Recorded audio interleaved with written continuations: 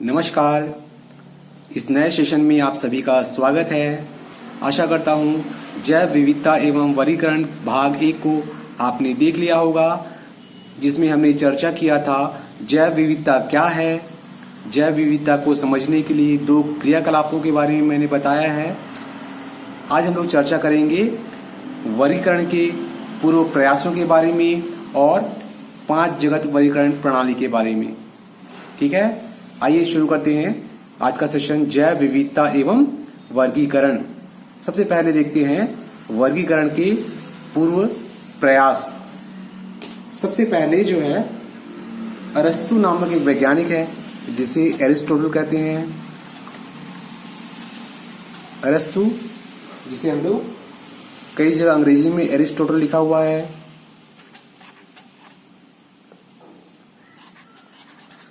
ये ईसा पूर्व के वैज्ञानिक है।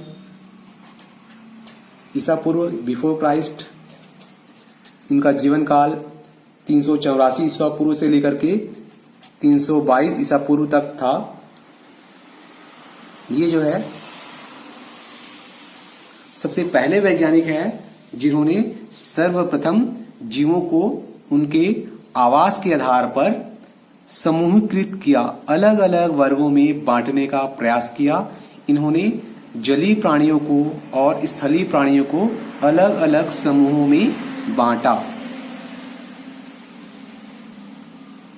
ठीक है, इसके बाद 1686 ईस्वी में जॉन रे, एक दूसरे वैज्ञानिक है जॉन रे, इन्होंने 1686 ईस्वी में पौधों को उनके लक्षणों के आधार पे अलग अलग समूहों में बांटा। जॉन रे एक वैज्ञानिक है जिन्होंने विभिन्न प्रकार के पौधों को उनके बाह्य लक्षणों के आधार पे अलग अलग समूहों में बांटा। इसके बाद एक महत्वपूर्ण नाम आता है, वो है कैरोलस लीनियस। कैरोलस लीनियस ये एक बहुत ही महत्वपूर्ण वैज्ञानिक है।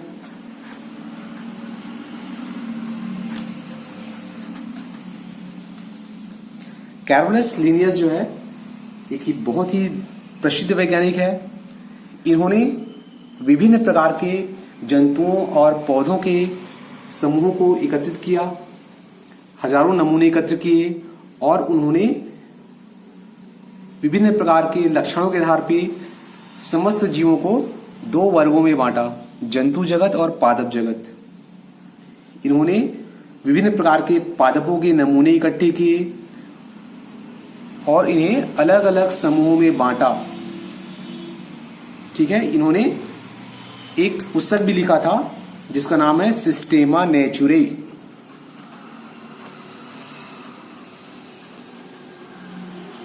सिस्टेमा नेचुरे ये एक पुस्तक है जिसे कैरोलस लीनियस ने लिखा था। सिस्टेमा नेचुरे के रचयिता कौन है, कई बार ये 1 नंबर के सवाल में पूछा जाता है। सिस्टेमा नेचुरे को कैरोलस लीनियस ने लिखा था और यह 1735 ईस्वी में प्रकाशित हुआ था। ठीक है, इसे याद रखिए, 1 नंबर के सवाल में पूछा जाता है। कैरोलस लीनियस एक वैज्ञानिक है जिन्होंने बाह्य लक्षणों के आधार पर विभिन्न प्रकार के जीवों को अलग अलग समूहों में बांटा। उन्होंने पौधों को उनके फूलों की संरचना के आधार पर अलग अलग समूहों में बांटा। पौधों में पाए जाने वाले नर फूल, नर अंग, मादा अंग, उनकी संरचना, बाह्य स्वरूप आदि के आधार पर उन्होंने पौधों को अलग अलग वर्गों में बांटा। उन्होंने जंतुओं के और वनस्पतियों के हजारों नमूने इकट्ठे किए, उनके लक्षणों के आधार पे उन्होंने विभिन्न जीव संसार को अलग अलग समूहों में बांटा। इन्होंने ही 2 जगत वर्गीकरण प्रणाली दिया। 2 जगत वर्गीकरण। इन्होंने समस्त जैविक संसार को 2 अलग अलग जगत में बांटा। एक है पादप जगत पादप जगत और दूसरा है जंतु जगत।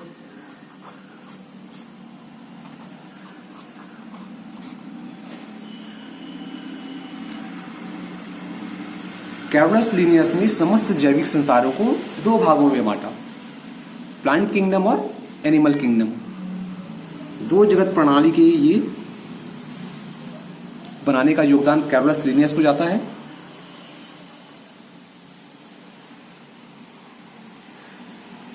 ये जो है कैरोलस लिनियस ने वर्गीकरण में एक शब्द आता है पदानुक्रम। पदानुक्रमी स्तरें, जब हम लोग जीवों को अलग अलग वर्गों में बांटते हैं ना, तो हर अलग अलग वर्ग को हम लोग पदानुक्रम स्तर कहते हैं। तो ये जो शब्द है ना पदानुक्रम, इस शब्द का सबसे पहला जो प्रयोग है ना, यह कैरोलस लिनियस ने किया था। कैरोलस लिनियस जो है, इन्होंने सबसे पहले जो है पदानुक्रम शब्द का प्रयोग किया था।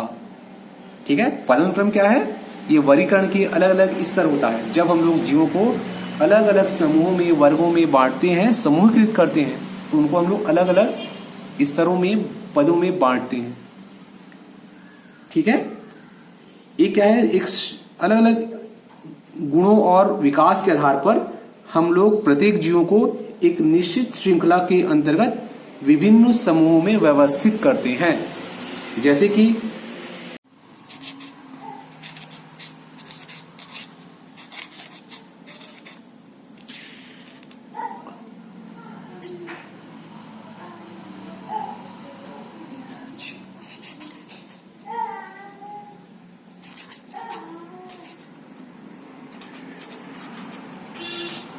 पदानुक्रम स्तरें, या फिर जिसे अंग्रेजी में कहते हैं हिरार्ची। ठीक है, इसमें सबसे पहला जो है, सबसे बड़ा पदानुक्रम स्तर आता है जगत। जगत जिसे हम लोग किंगडम कहते हैं। किंगडम के बाद आता है संघ, जिसे हम लोग फाइलम कहते हैं। इसके बाद आता है वर्ग, जिसे हम क्लास कहते हैं, क्लास। इसके बाद आता है गण, अंग्रेजी में से ऑर्डर कहते हैं। इसके बाद आता है कुल, जिसे हम लोग अंग्रेजी में कहते हैं फैमिली। इसके बाद आता है वंश, कुल के बाद आएगा वंश, जिसे हम लोग जीनस कहते हैं। वंश के बाद आता है जाति, जाति जिसे हम लोग स्पीसीज कहते हैं। इस तरह से पदानुक्रम जो स्तरें हैं ना, वह बेसिकली ये टोटल 7 होते हैं। पहला जगत या किंगडम, दूसरा है संघ या फाइलम, तीसरा है वर्ग या क्लास, चौथा है गण या फिर अंग्रेजी में बोलते हैं ऑर्डर, पांचवा है कुल, जिसे अंग्रेजी में बोलते हैं फैमिली, छठवां है वंश, जिसे हम लोग अंग्रेजी में बोलते हैं जीनस, और सातवां है जाति, जिसे हम लोग अंग्रेजी में बोलते हैं स्पीसीज। ये मुख्यतः 7, ये 7 क्या है, पदानुक्रम स्तरें हैं, हिरार्ची है। ठीक है, ये बेसिक हिरार्ची होती है। संघ में उपसंघ भी होता है, वर्ग में उपवर्ग होता है, अधिवर्ग बाद में जोड़ा गया है ये, अधि, और ऊपर में अधिवर्ग और नीचे में उप। बाद में जो है जहां जहां आवश्यकता पड़ी वहां पर बाद में ये और जो है पदानुक्रम में इस तरह जोड़ा गया, अधिवर्ग, वर्ग, उपवर्ग। अधि ऊपर वाला, उप यानी कि नीचे वाला, वंश अधिवंश, उपवंश। इस प्रकार से ये जो पदानुक्रम स्तरें हैं, यह बेसिकली ये 7 होते हैं। ठीक है, इस तरह से पदानुक्रम स्तरें या हिरार्ची जो है बेसिकली ये 7 होते हैं। लिनियस ने दो जगत वर्गीकरण प्रणाली दिया। उन्होंने अपने अध्ययनों के आधार पर संसार के समस्त जीवों को दो जगत में बांटा।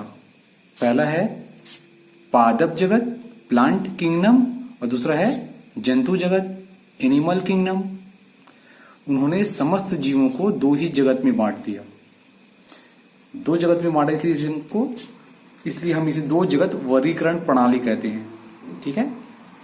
इसमें उन्होंने हरित लवक युक्त प्राणियों को, स्वयं पोषी जीवों को पादप जगत में रखा और स्वयं पोषी जीवों को जंतु जगत में रखा। लेकिन ये दो जगत वर्गीकरण प्रणाली जो था यह अविकसित था, बहुत पुराना था। उस समय विज्ञान उतना विकसित नहीं था। बाद में विज्ञान की नई नई खोजें हुई, तब यह पता चला कि कुछ जीव जो होते हैं ना, जैसे कि युगलिना है, ये एक ऐसा जीव है जो कि प्रकाश की उपस्थिति में प्रकाश संश्लेषण करता है और प्रकाश की अनुपस्थिति में यह जंतु की तरह विषम पोषी पोषण ग्रहण करता है। अर्थात युगलिना एक ऐसा जीव है जो प्रकाश की उपस्थिति में स्वपोषी है और प्रकाश की अनुपस्थिति में यह विषम पोषी जीवों की तरह व्यवहार कर सकता है। अर्थात इसे हम लोग जंतु जगत में रखेंगे या पादप जगत में रखेंगे, इसमें यह कंफ्यूजन हो जाता है।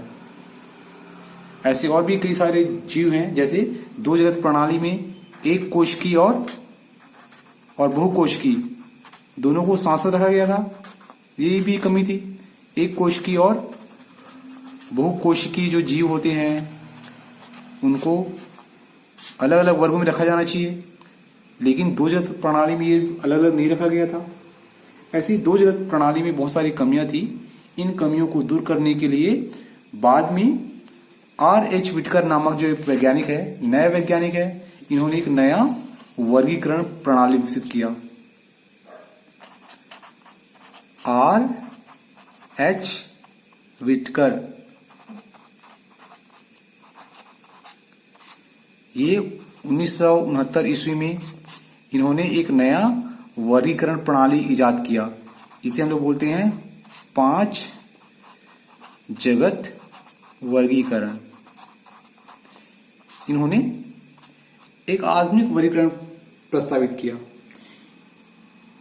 5 जगत वर्गीकरण प्रणाली के प्रमुख आधार थे केंद्रक झिल्ली की उपस्थिति अथवा अनुपस्थिति। इसके आधार पे प्रोकैरियोटिक और यूकैरियोटिक दो अलग अलग समवर्ग बनाए गए, जिनमें केंद्रक पाया जाता है, विकसित केंद्रक होता है, उसे यूकैरियोटिक कहा गया। जिसमें केंद्रक नहीं पाया जाता उसे प्रोकैरियोटिक जीव कहा गया। दूसरा है संगठन स्तर, अर्थात एक कोश की जीवों को उन्होंने अलग रखा और बहुकोश की जीवों को अलग रखा। पोषण प्राप्त करने की विधि, स्वयं पोषी जीवों को उन्होंने अलग रखा और एक कोश की विषम पोषी जीवों को वह अलग रखा। पोषण के आधार पर भी उन्होंने जीवों को दो अलग अलग वर्गों में बांटा। इस प्रकार से R.H. विटकर जो है नए वैज्ञानिक है, जिन्होंने नए तरीके से समस्त जैविक संसार को 5 जगत में बांटा, जिसे हम लोग 5 जगत वर्गीकरण प्रणाली के रूप में पढ़ते हैं। आइए देखते हैं 5 जगत वर्गीकरण प्रणाली, जिसे R.H. विटकर नामक वैज्ञानिक ने 1969 ईस्वी में प्रस्तावित किया था। इन्होंने समस्त जैविक संसार को, इस पृथ्वी पर पाए जाने वाले समस्त जीवों को 5 अलग अलग जगतों में बांटा। इन्होंने पोषण स्तर स्वपोषी है कि विषम पोषी है, इसका ख्याल रखा। स्वपोषी को अलग रखा, विषम पोषी को अलग रखा। इन्होंने कोशिकीय का जो संगठन होता है उसका भी ख्याल रखा। एक कोश की जीवों को अलग रखा, बहुकोश की जीवों को अलग रखा। ऐसे कोशिका जिनमें केंद्रक पाया जाता है उसको उन्होंने अलग रखा, जिसमें केंद्रक नहीं पाया जाता उनको उन्होंने अलग रखा। सबसे पहले देखते हैं, पहला जगत है मुनेरा जगत। दूसरा है प्रोटिस्टा जगत। तीसरा है फंजाई जगत। चौथा है प्लांटी जगत और पांचवा है एनिमेलिया जगत। मुनेरा जगत, ये पहला जो जगत होता है मुनेरा जगत है। मुनेरा जगत जो है इसमें ऐसे जीव को रखा गया, ये सारे मुनेरा जगत में पाए जाने वाले जो सारे जीव है ना, वो सभी के सभी एक कोशिकी हैं। एक कोशिकी, एक कोशिकी जिनमें कि केंद्रक नहीं पाया जाता। प्रोकैरियोटिक मतलब इसमें स्पष्ट केंद्रक नहीं पाया जाता। मुनेरा जगत के सारे जीव कैसे हैं? एक कोशिकीय हैं और इनमें केंद्रक जो है नहीं पाया जाता। ये सारे सारे क्या हैं? प्रोकैरियोटिक हैं। प्रोकैरियोटिक यानी कि स्पष्ट केंद्रक का अभाव रहता है। ठीक है, इसमें दोहरी झिल्ली वाले कोशिकांग नहीं पाए जाते। इनके सारे जीव जो है स्वपोषी हैं, कुछ विषमपोषी भी हैं। इनमें कोशिका के चारों ओर कोशिका भित्ति पाई जाती है और कोशिका भित्ति जो है पेप्टाइडोग्लाइकेन का बना रहता है। पेप्टाइडोग्लाइकेन जो है प्रोटीन और कार्बोहाइड्रेट से बना एक खास प्रकार का पदार्थ है।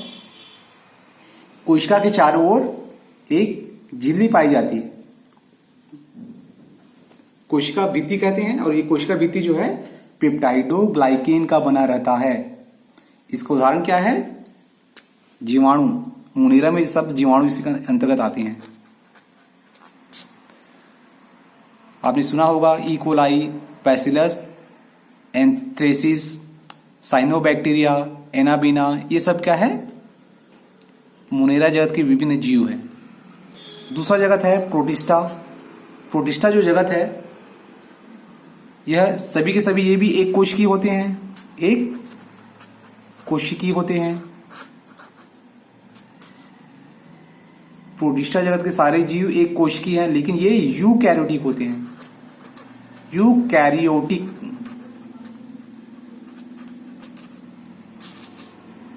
यानी कि इनमें स्पष्ट केंद्रक पाया जाता है। ठीक है, दोहरी झिल्ली वाले कोशिकांग जैसे कि माइटोकॉन्ड्रिया, लवक काय, क्लोरोप्लास्ट, गोल्जी काय, इनमें पाया जाता है। इसके जो जीव हैं वह स्वयंपोषी भी होते हैं और विषमपोषी भी होते हैं। ठीक है, ये सारे के सारे एक कोशिकीय हैं, यूकैरियोटिक होते हैं, स्पष्ट विकसित केंद्रक पाया जाता है, स्वयंपोषी भी है, विषमपोषी भी है। और प्रोटिस्टा जगत के उदाहरण है अमीबा, पैरामीशियम, एंट अमीबा, ये सब इसके उदाहरण हैं। ठीक है, नेक्स्ट जगत है फंजाई। फंजाई जिसे हम लोग कवक जगत भी कहते हैं। तीसरा जगत होता है फंजाई या फिर कवक जगत। ये सारे के सारे तंतुमय होते हैं। तंतुमय यानी कि इनका जो शरीर है वह रेशे के समान, तंतु या फाइबर के समान रहता है, तंतुओं के जालक के रूप में रहता है, जिसे कवक जालक या फिर माइसेलियम कहते हैं। फंजाई जगत के जो जीव है उनका शरीर जो है तंतुमय होता है, रेशे या जालक के समान रहता है, जिसे माइसेलियम कहते हैं। ये एक कोशिकीय भी होते हैं, बहुकोशिकीय भी होते हैं। ये यूकैरियोटिक होते हैं। ये सारे के सारे विषमपोषी हैं। फंजाई जगत के सारे जीव क्या है? विषमपोषी है। ये सभी क्या है? विषमपोषी। ठीक है, ये सारे के सारे जीव कैसे होते हैं? विषमपोषी होते हैं। विषमपोषी होते हैं। फंजाई जगत के जीव क्या है? एक कोशिकीय भी हैं, बहुकोशिकीय भी हैं। इनका शरीर माइसीलियम या जालक के रूप में फैला हुआ रहता है, तंतुमय होता है। इनकी कोशिकाओं में लवक काय या क्लोरोप्लास्ट नहीं पाया जाता, प्रकाश संश्लेषण नहीं करती। जो ईस्ट होता है ना, ईस्ट है, म्यूकर है, राइजोपस है, एस्परजिलस है, पेनिसिलियम है, इसके सब उदाहरण है। राइजोपस ब्रेड, अगर रोटी पे फफूंद लग जाता है ना, फफूंद भी एक प्रकार का फंगस है। फुटू जो बोलते हैं वो भी फंगस है। ठीक है, अगर रोटी को हम लोग कुछ देर के लिए ऐसी खुला छोड़ दें नमी के वाले स्थानों पे, तो वहां फफूंद उग जाता है ना, वह फफूंद वास्तव में कवक ही होता है। ठीक है, इसके बाद है चौथा जगत है प्लांटी या फिर पादप जगत। प्लांटी या फिर पादप जगत। पादप जगत, इनके सारे के सारे जीव कैसे होते हैं? ये बहुकोशिकीय होते हैं।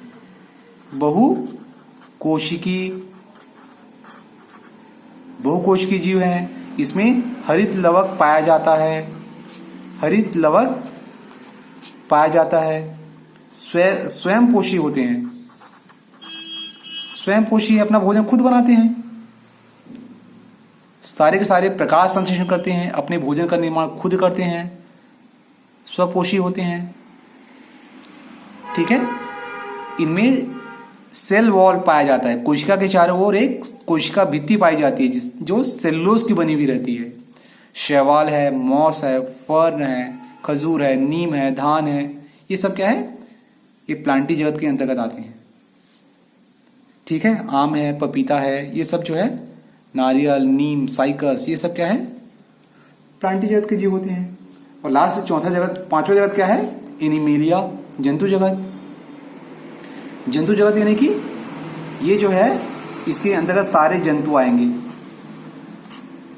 जंतु विषमपोषी होते हैं, बहुकोशिकी, विषमपोषी, यूकैरियोटिक शरीर वाले जीव होते हैं। इनमें कोशिका भित्ति नहीं पाया जाता, हरित लवक नहीं पाया जाता, पोषण अंतःग्रहण के द्वारा करते हैं। इसमें चलने फिरने के लिए प्रचलन अंग पाए जाते हैं। मनुष्य है, मैना है, ये मछली है, हाइड्रा है, फीता, क्रीम वगैरह है, ये सभी के सभी जंतु जगत के जीव हैं। ठीक है, इस प्रकार से 5 जगत वर्गीकरण प्रणाली में आर.एच. व्हिटेकर ने 5 जगत, समस्त जैविक संसार को 5 जगतों में बांटा। मोनेरा जगत, प्रोटिस्टा जगत, फंजाई जगत, प्लांटी जगत और एनिमेलिया जगत।